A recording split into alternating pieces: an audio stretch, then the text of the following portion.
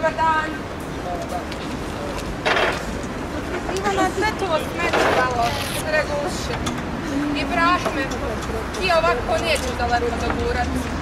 Miloše, sreća moja, ti.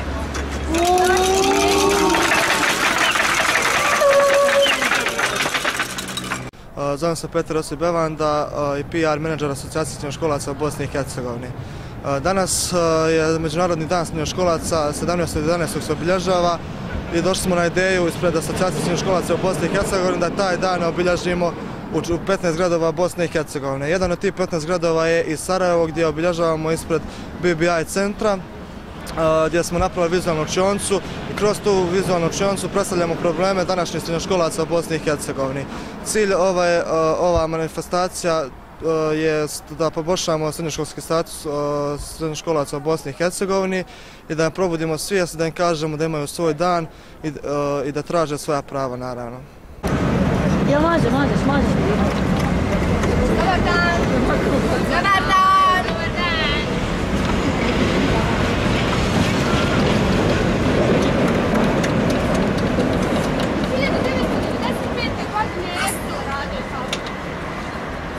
Šta sada?